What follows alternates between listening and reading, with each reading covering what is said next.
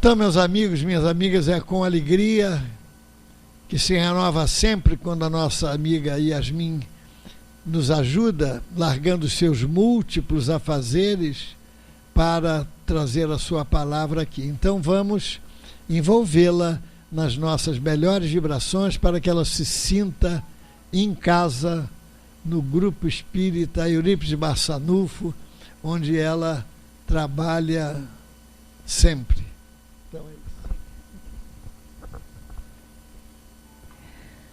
Meus irmãos, muito boa noite.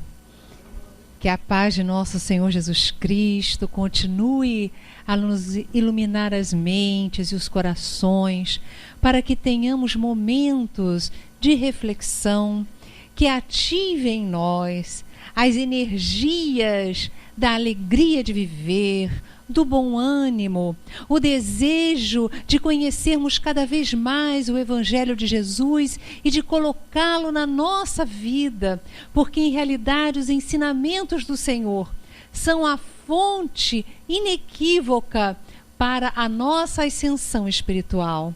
Conhecê-lo e não colocá-lo em prática é uma perda de tempo imensa. O grande desafio é estudá-lo e a cada momento de nossa vida, desde que acordamos de manhã, pensarmos em que eu posso ser útil, como eu posso colocar em prática tal ou qual ensinamento. E as situações da vida, elas vão se multiplicando, nós vamos sendo chamados, as horas vão se sucedendo e as situações também. E todas elas são um convite para que coloquemos em prática aquilo que aprendemos.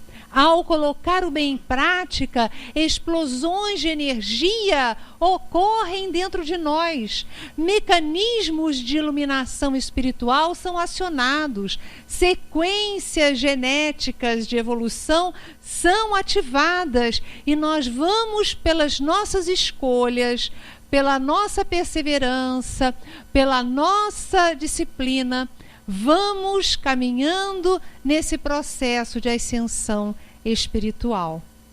Eu estou muito feliz de estar aqui. Sinto-me numa casa irmã, com amigos queridos. Todos aqui sabem que nós trabalhamos com o professor Eurípides, mas no Euripidinho, lá do Recreio dos Bandeirantes. Aqui é o Euripidão. Décadas, né, de serviço em prol do amor, sob a orientação também do nosso Chico Xavier e das doces almas que aqui estão presentes, encarnadas, que estão segurando, né, essa bandeira há muito e muito tempo. E é com uma imensa alegria que nós vamos conversar em torno dos sintomas da mediunidade. Antes de mais nada, quando nós pensamos em sintomas, parece que é de alguma doença, não é verdade? Mas mediunidade é doença, gente? Não, mediunidade não é doença. Mas ela é uma forma de percebermos o mundo espiritual. E aí eu pergunto a vocês, alguém já teve uma intuição de algo que iria acontecer e que acabou acontecendo? Ou um sonho premonitório? Alguém já viu algum vulto passando? Ou pensou ouvir vozes? Alguém tem alguma coisa, alguma experiência a esse respeito? Levanta o braço. Sim ou não? Né? Muito bem, temos algumas pessoas que já apresentaram alguns sintomas de mediunidade. E está lá no livro mais significativo da história da humanidade em torno desse assunto, que é o livro... É o livro, quem é que sabe? O Livro dos Médiuns, né? Nesta obra, Kardec fala dessa questão, desse fenômeno muito importante que nos faz entrar em contato com o mundo espiritual. Esta obra veio a lume em 1861 e é a primeira obra na história da humanidade onde existe um estudo metodológico acerca desse fenômeno que acontece com todo mundo. É muito comum e sempre aconteceu na história da humanidade. Ocorre que aqueles que sentiam esse sintoma de uma maneira muito ostensiva no passado eram considerados o quê? Bruxos, feiticeiros, eram considerados loucos, histéricos, enfim. Havia uma série de considerações preconceituosas. Quantas pessoas, meus irmãos, foram levadas para o afogamento ou então foram queimadas em praça pública por terem esses sintomas da mediunidade? Kardec diz que todos nós somos médiuns. No entanto, apenas se designa como médiuns mesmo aqueles que possuem com regularidade essas percepções, aqueles que possuem a mediunidade de forma mais ostensiva. Porque aqueles que sonham, por exemplo, têm um sonho premonitório um dia, 10 anos depois tem um sonho premonitório, 5 anos depois vê alguém passando, vê um vulto. É uma percepção mediúnica? É. Mas é um médium ostensivo? Não. É uma faculdade que aparece aqui ou acolá. Então, em realidade, a opção de Allan Kardec é chamar de médium aquela pessoa que tem condições de servir de canal entre o mundo espiritual e o mundo material. Mas aí já cabe uma questão. Será que os animais, eles podem ser médiuns? Kardec fez essa pergunta no Livro dos Médiuns, porque vejamos só, quem lida com animal? Quem tem algum bichinho dentro de casa? Levanta o dedo. Pois é, né? Quem gosta de animal, eu também. Eu tenho um monte de bichinhos dentro de casa. Então, meus amigos dão trabalho, mas é uma alegria também. Mas, gente, quem convive com os animais percebe que eles têm uma percepção. Não tem? Sim ou não? Não tem uma percepção? Então, percepção do mundo espiritual eles têm. Mas será que eles conseguem ser canais daquilo que os espíritos têm a nos informar, a nos trazer algum conteúdo para nós? Não. Ser canal, eles não podem. Ser médiuns, eles não podem. Mas ter percepção do mundo espiritual é inequívoco que eles têm. Então, Kardec já faz logo esse esclarecimento, que em realidade os animais, eles não têm possibilidade de nos trazer as informações do mundo espiritual. Eles não podem, por si mesmos, ser médiuns, mas eles têm as percepções. Agora, Kardec fez uma grande classificação no Livro dos Médiuns. Ele disse que existem médiuns que eles têm um potencial de mediunidade de efeitos físicos. Já ouviram falar de mediunidade de efeitos físicos? Tratam-se desses médiuns que têm a possibilidade de doar uma energia chamada de ectoplasma. E com essa energia, as entidades podem se manifestar, ou propiciando uma cura, ou então se materializando, ou então transportando um objeto daqui para colar, ou até materializando um objeto, uma flor ou uma rosa, enfim. É uma mediunidade que muitas vezes aquele médium não sabe que a possui. É às vezes involuntária. Já ouviram o caso de alguém que tenha dito, puxa, onde eu moro tem assombração? É impossível um negócio desse. Eu me mudei, começou a aparecer uns vultos, ou então batem, eu ouço sons, espíritos se materializam. Gente, é uma casa assombrada. Aí eu me mudei, aconteceu o mesmo fenômeno. Então, mal sabe ele que ele é o assombradinho. Não é? Que sem querer ele doa energias, ele exala. Nós não suamos? Os médiuns de efeitos físicos, eles transpiram essa energia, esse ectoplasma, que pode ser utilizado pelas entidades. E aí a frequência, a casa espírita, o trabalho no bem vão amenizando esses fenômenos. Porque existem estudos muito interessantes, e um deles eu até adquiri. O novo livro dele é o Mathieu Tubino. Ele é um professor de uma universidade paulista que trabalha há mais de 30 anos com esse problema do ectoplasma. Porque aqueles médiuns que produzem muito ectoplasma e não canalizam para um serviço no bem, aquela quantidade exagerada de energia acaba prejudicando o próprio funcionamento do organismo físico. É um indício, por exemplo, desse tipo de mediunidade, aquela pessoa que acorda de manhã meio enjoada permanentemente.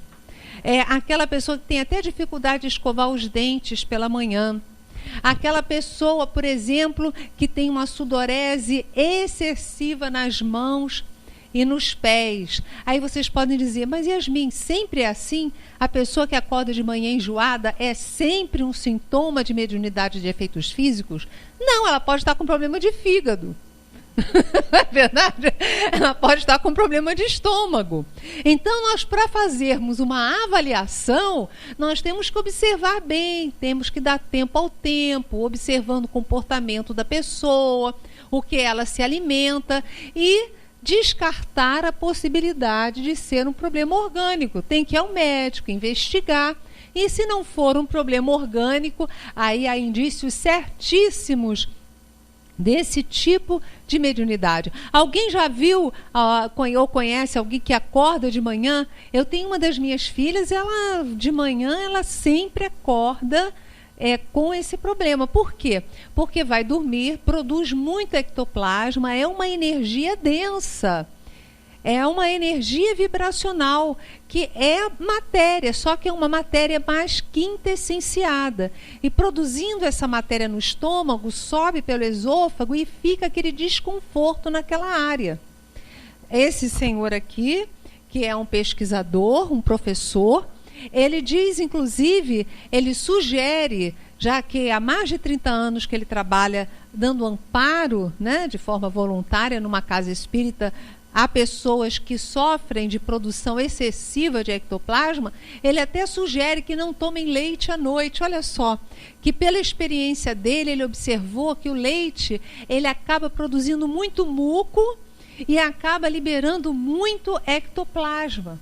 Olha que coisa interessante. Então, à medida que o tempo vai passando, os companheiros vão pesquisando, vão tendo experiências com o assunto, mais esclarecimentos e entendimento nós vamos tendo acerca desse tipo de mediunidade de efeitos físicos. Mas Kardec fala, nessa classificação geral, que existe mediunidade de efeitos físicos, mas existem mediunidades de efeitos intelectuais. E como ele classifica isso? Ele vai estudando os tipos de mediunidade que ele percebe ali. Então ele percebe que existem médiuns que psicografam, ou seja, as entidades trazem as suas comunicações para nós através da psicografia. Quem já ouviu falar de psicografia, levanta o dedo. Nós temos um lead. Gente, tem muito pouca gente levantando o dedo. Nunca ninguém ouviu falar de psicografia, não? Muito bom. Alguns não levantam o dedo porque estão cansados. Ah, eu entendi. Daqui a pouco estão fazendo exercício, né? Mas é isso. Um dos grandes e conhecidos representantes dessa mediunidade é o nosso querido Francisco Cândido Xavier. E só esse tipo de mediunidade tem uma porção de subclassificações, porque existe, por exemplo, aquela mediunidade de psicografia que é mais intuitiva. O médium vai recebendo as informações e vai colocando no papel. Mas existe desse tipo de psicografia a semimecânica, aquela que o médium tem intuição, mas que ele quase que rasga o papel de tão rápido que vai vindo. E existe a mecânica, onde o espírito se utiliza do braço do médium e ele não tem nem noção daquilo que ele está produzindo. Ele está sendo o canal dessa produção. O Dr. Jorge Perandréia era perito grafotécnico da polícia há umas décadas atrás. Há bastantes décadas, Chico ainda estava vivo, e ele fez um desejo, ele fez até um pedido a Deus. Ele disse que, ao aposentar-se, ele iria buscar aquelas cartas que Chico Xavier psicografara e entregara aos parentes, as cartas daqueles que partiram e que vieram para as mães, para os pais, com o interesse de avaliar a escrita naquelas cartas. Mal sabia ele que existe a psicografia por intuição, como eu falei. Mas no caso, o Chico Xavier, ele era de uma precisão e ele tinha mediunidade psicográfica mecânica.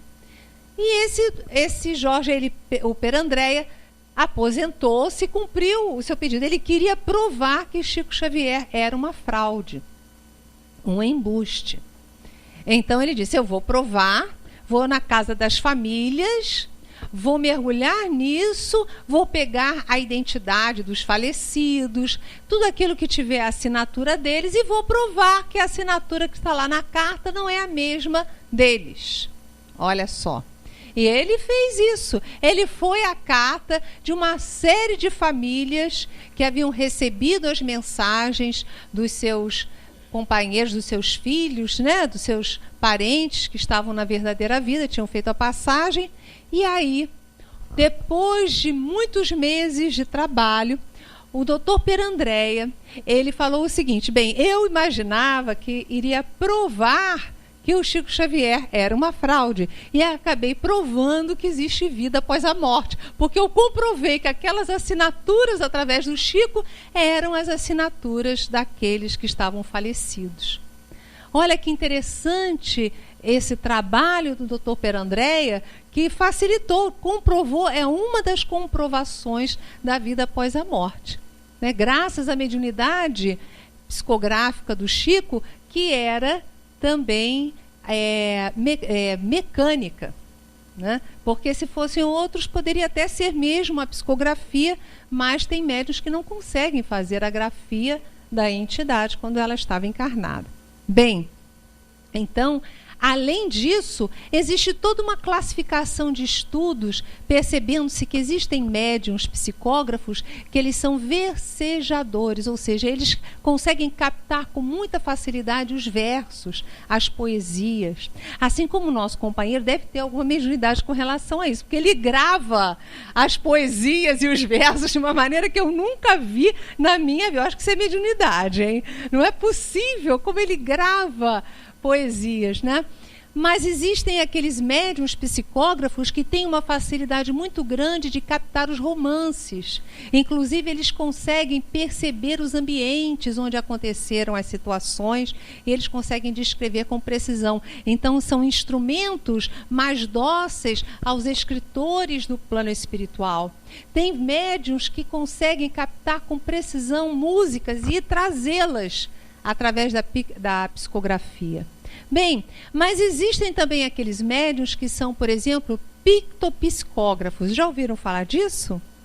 Aqueles que são canais para que os pintores, os desenhistas, tragam os seus trabalhos. Existem trabalhos fantásticos de médiuns que servem de canal para essas entidades luminosas que nos trazem figuras lindas no mundo espiritual, que trazem pinturas maravilhosas. Existem aqueles médiuns que ouvem os espíritos, outros que ouvem, mas também veem, outros que só veem. E aí Kardec vai classificando, vai estudando esses diferentes tipos de mediunidade, concluindo que antes de desejarmos educar ou desenvolver a mediunidade, nós precisamos compreender o fenômeno, nós precisamos estudar, nós precisamos mergulhar nesse campo para que possamos trabalhar com conhecimento. Então, muitas pessoas chegam à casa espírita portadoras de uns sintomas mediúnicos que incomodam. Eu vejo os espíritos, eu sinto, eu chego num local, eu passo mal, as minhas pernas tremem, eu percebo que eu estou captando as energias do ambiente, eu quero desenvolver, eu quero educar a minha mediunidade. No entanto, não podemos colocar essa pessoa de imediato num curso de educação do médium, porque ela precisa, antes de mais nada, se harmonizar, se envolver no bem, compreender do que se trata esse fenômeno, participar das reuniões públicas, participar das reuniões de estudo, para depois, com equilíbrio, ingressar num estudo propriamente dito. Mas aí muitas delas chegam dizendo assim: mas eu preciso logo começar a praticar, senão esses fenômenos vão me perseguir a vida toda, eu não me equilibro. Não é assim, não. Quando a gente vem à casa espírita, quando a gente trabalha no bem, essas energias mediúnicas que estão em ebulição, elas vão drenando, elas vão se equilibrando.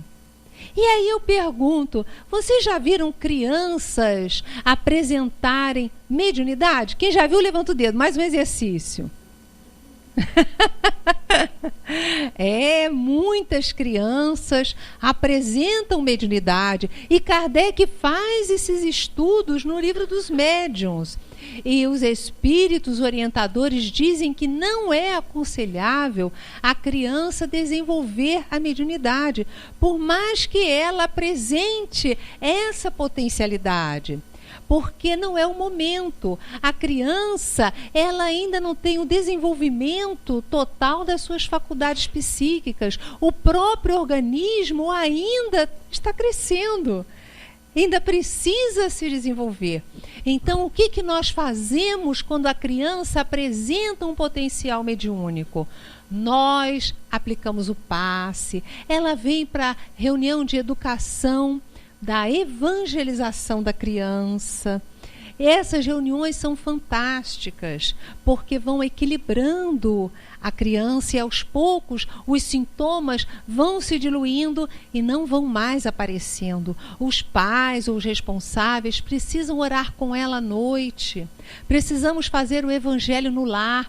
Todas essas providências, elas vão equilibrando o ambiente da casa, vão fortalecendo as camadas vibratórias de proteção do ambiente, porque nós não sentimos a necessidade, meus irmãos, de varrer a nossa casa, de limpar o nosso ambiente doméstico. Não fazemos isso, né? Só que nós não pensamos que precisamos limpá-lo também dos vibriões do mundo espiritual, das energias negativas, das formas de pensamento malsãs. Há uma necessidade de nós orarmos diariamente, evocando as energias divinas, e através do nosso pensamento nós damos qualidade a esse fluido cósmico universal onde nós estamos mergulhados. Kardec nos ensina que nós estamos mergulhados num fluido que ele designa por fluido cósmico universal, como os peixes estão mergulhados na água. E nós temos o poder de dar qualidade a esse fluido pelo nosso pensamento, pelas nossas emoções. Então, quando eu à noite, sentada ou deitada à minha cama, eu faço uma leitura do Evangelho, faço uma prece e evoco a presença de Jesus, do meu anjo de guarda, dos espíritos protetores, e peço que eles envolvam o ambiente do meu lar, eu estou dando uma qualidade ao fluido cósmico universal, uma qualidade de proteção. E aí, com essa qualidade, os benfeitores espirituais, eles conseguem agir com maior profundidade, porque nós estamos abrindo caminhos energéticos, materiais, para os benfeitores organizarem o nosso lar, nos libertarem de provocações espirituais e de presenças que às vezes adentram na nossa casa, sem que nós nos demos conta. É tão importante, meus irmãos, e nós temos esse poder e utilizamos muito pouco esse poder. Tem um amigo meu, já desencarnado há alguns anos, que dirigiu uma casa espírita há mais de 30 anos. E ele tinha um potencial de vidência muito agudizado. Então ele disse que no trabalho dele, chegou certa feita, entrou um rapaz, começou a trabalhar próximo a ele, e ele, quando olhava para o rapaz, muitas vezes ele não via o rapaz. Ele via uma figura da Nossa Senhora da Aparecida, da cabeça aos pés do rapaz, assim, Nossa Senhora da Aparecida. Aí ele não ligava. Mas um dia, ele viu com tanta nitidez, ele olhava para o rapaz e vinha a figura da Nossa Senhora da Aparecida. Ele, meu Deus do céu, o que é isso? Aí ele não aguentou. Na hora de um cafezinho no trabalho, ele chega para o rapaz e pergunta: você é católico? Aí o rapaz: não sou católico. Você não é devoto de Nossa Senhora da Aparecida? Você não é ligado à Nossa Senhora da Aparecida? Aí o rapaz: não, Nossa Senhora da Aparecida, não sou ligada à Nossa Senhora da Aparecida, não. Quem é ligado à Nossa Senhora da Aparecida é minha mãe. Ela até diz que diariamente ela reza para Nossa Senhora da Aparecida ficar na minha frente, da cabeça aos pés. Olhem só, meus irmãos. Mas será que a Nossa Senhora da Aparecida estava deixando de fazer as coisas e estava lá na frente dele, para onde ele fosse? Será que a Nossa Senhora estava? Não, acredito que não, mas é uma forma pensamento criada pela mãe. E essa forma pensamento tem uma energia de proteção, com certeza, porque a intenção dela era a proteção do seu filho. Então nós temos esse poder. Então, quando nós pensamos muito determinadas coisas e pensamentos recorrentes, nós projetamos a imagem do que pensamos no nosso campo áurico, que é um campo energético que exala e que fica em torno de nós. Então, aquelas entidades que passeiam por nós, elas percebem a projeção dos nossos pensamentos que ficam no nosso entorno. Nós precisamos pensar isso. Então, já que nós temos esse poder, vamos projetar luz e amparo para os nossos amores, antes deles saírem. Nós não sabemos a força e o poder dessas palavrinhas: vai com Deus, que Jesus te proteja, que o seu anjo de guarda esteja com você. Então, essas palavras repetidamente, a visualização que nós fazemos à noite, traz uma camada protetora também para o nosso ambiente. Então, quando nós estamos... Gente, olha só, entre parênteses, eu já vou prosseguir. Não dá mais para dormir sem rezar, não. O ambiente que nós estamos, a cidade que nós estamos, é uma cidade com um teor vibratório pesado. Pesado. A gente sai do Rio de Janeiro de avião e volta 15 dias depois, você está sobrevoando, parece que dá um choque no coração. Não sei se vocês já sentiram isso. Eu senti ano passado isso. Você está entrando na psicosfera densa do Rio de Janeiro.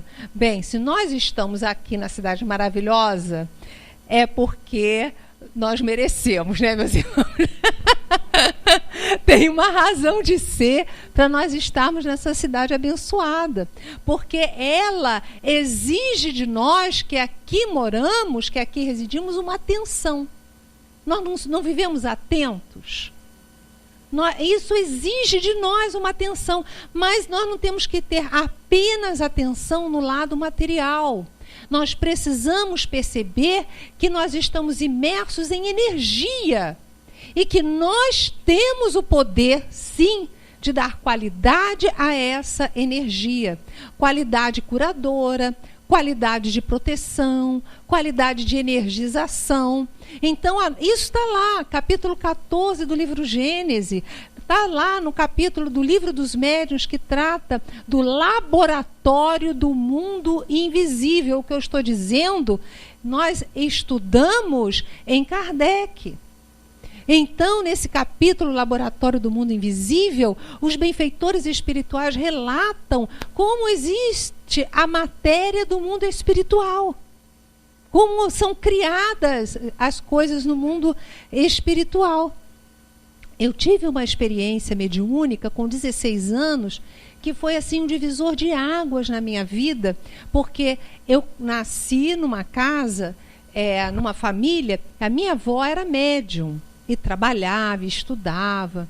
Eu tive a grata oportunidade de herdar os livros da minha avó, o livro dos médiuns, a obra do Chico Xavier, e ela era tão estudiosa que ela fazia anotações assim do lado. Aí ela dizia assim, outro dia eu estava relendo o livro do Chico, psicografado, né? Que o Chico psicografou, do André Luiz. E aí ela disse, Kardec fala isso no livro tal, lá no capítulo tal do livro dos médiuns. Olha que coisa boa, né? Esses recadinhos da vovó. Né? Que delícia, né? Então, o que acontece? Eu me vi desdobrando. Eu deitei e me vi levantando e vi o meu corpo. Não é um sonho. Quem já passou por isso sabe que é totalmente diferente. E aí eu toquei na minha roupa, que era exatamente igual à roupa que o meu corpo estava vestindo. Eu toquei no meu cabelo, vi que eu tinha pulsação. Eu fiquei levemente desesperada. Levemente desesperada. Com 16 anos, né? Então, apesar de eu ser a minha avó ser espírita, eu para dormir eu tinha que ficar lendo, ou ela lia para mim, né, as coisas. Eu nunca tinha lido o livro dos médiuns. E aí eu fiquei apavorada, comecei a rezar, daqui a pouco eu consigo voltar ao meu corpo, porque eu fiquei com uma certa dificuldade de voltar ao corpo. Bem, a partir daí eu tive tanta dúvida.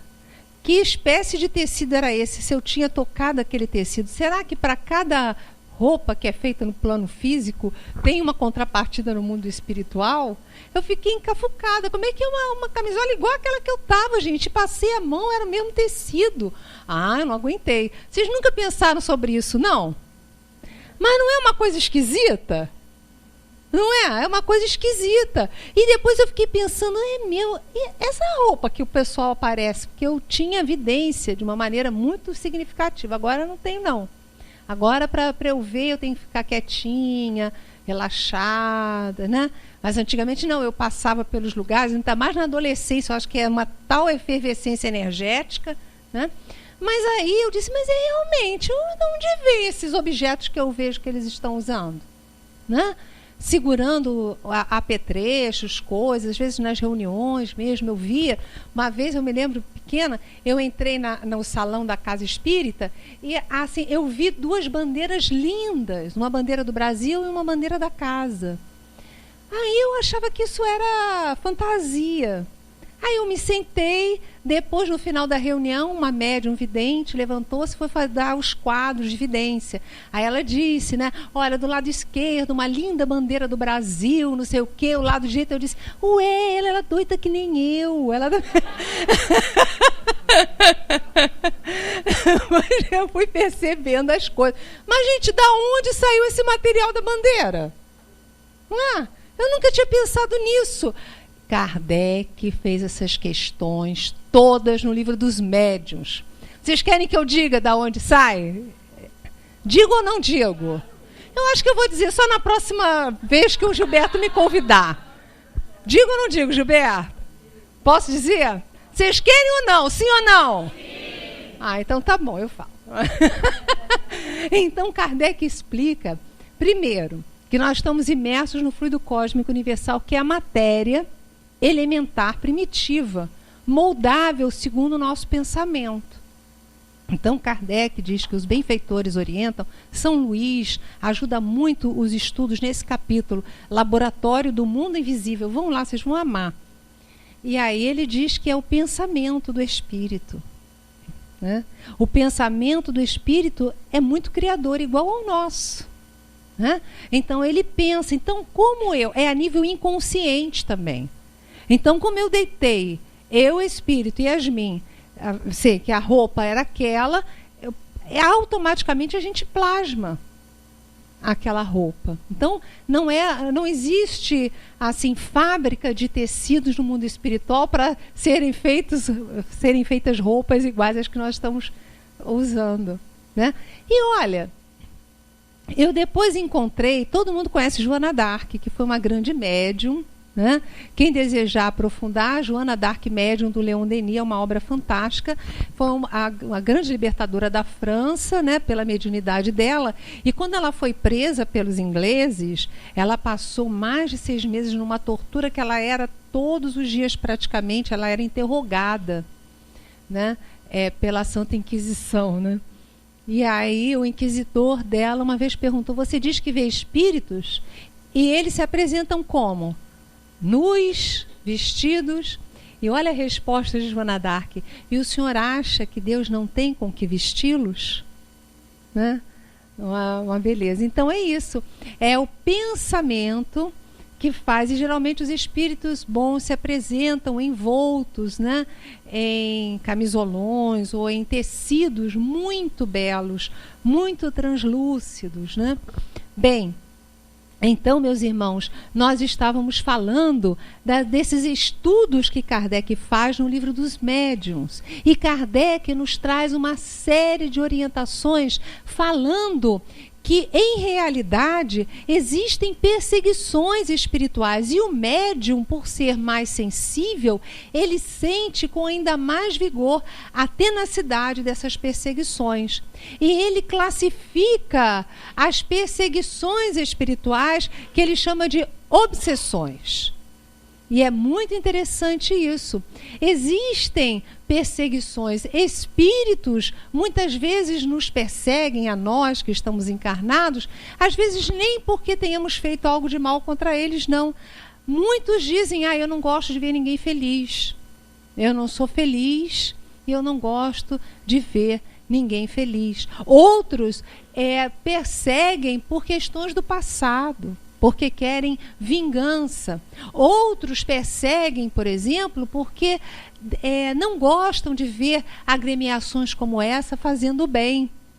Discordam da doutrina dos espíritos. Então, existem perseguições e perseguidores de todo tipo, porque os espíritos, em realidade, são pessoas, só que sem o corpo. Aliás, Kardec diz assim, que de uma forma didática, ele optou por chamar almas. Quando ele fala alma, diz respeito a alguém encarnado. E quando ele fala espírito, é desencarnado. Mas que alma e espírito é a mesma coisa. Lá no Livro dos Espíritos, no item 100, Kardec faz um estudo aprofundado sobre os tipos de espíritos, porque ele teve muito tempo para classificar, para observar. Então ele dividiu os espíritos em 3 grandes ordens. A primeira, aqueles espíritos puros, que já atingiram a evolução espiritual. São espíritos que foram criados simples e ignorantes também, mas que pelas opções que fizeram, já atingiram esse nível evolutivo. Existem espíritos, na ordem de espíritos benévolos, criada essa ordem didaticamente para o Kardec. Existem espíritos bons, benévolos, que não têm muita ciência, mas são bons. Outros são mais científicos. Outros unem a ciência à parte moral. Existem os espíritos imperfeitos, impuros ainda, onde predomina a matéria. Tem desejo de vingança, são iguais aos homens. Uns são estourados. Nas reuniões mediúnicas de desobsessão, tem uns que chegam dizendo que vão matar, que nós estamos ajudando o fulano, que eles estão com raiva. Esses são ótimos da gente lidar, porque eles estão dizendo a que vieram. Eles são claros. Agora, existem aquelas entidades mistificadoras que querem captar a benevolência do médium e depois acabam inserindo vários sistemas equivocados. Obsessão simples, todos nós temos. Interferência de espíritos que entram na nossa casa. Isso aí é comum. Kardec fez essa pergunta no Livro dos Espíritos: os espíritos influenciam a nossa vida? E aí os maiores responderam: as mais das vezes são eles que vos dirigem. Ou seja, eles ficam soprando coisas, entram na casa da gente e às vezes a gente vai e acaba fazendo o que eles estão querendo. Eu tive um exemplo ótimo, né? Dentre os vários, a questão de umas 3 semanas atrás, eu estava num domingo, recebi várias pessoas da família e eu estava cozinhando no meu fogãozinho lá. Estava lá eu, cozinhando, fazendo um pudim meio diferente, e aí, relaxada, fazendo, de repente me vem na ideia algo contra uma familiar. E aí começaram a vir aquelas ideias fervilhando dentro de mim. O que eu tive vontade de fazer? Largar a colher e ir lá falar com a familiar. Alguém já teve esses impulsos de estar fazendo uma coisa e vem algo como se tivesse alguém dizendo algo de outro? Ou só comigo que acontece, né? Tá vendo, Gilberto? Aqui não acontece com ninguém. Ah, não é? Espíritos de luz é assim, mas comigo não é não. Eu tô lá fazendo meu pudim, olha só. Aí eu poderia largar a colher e ir lá tirar alguma satisfação. Mas aí eu disse, meu Deus do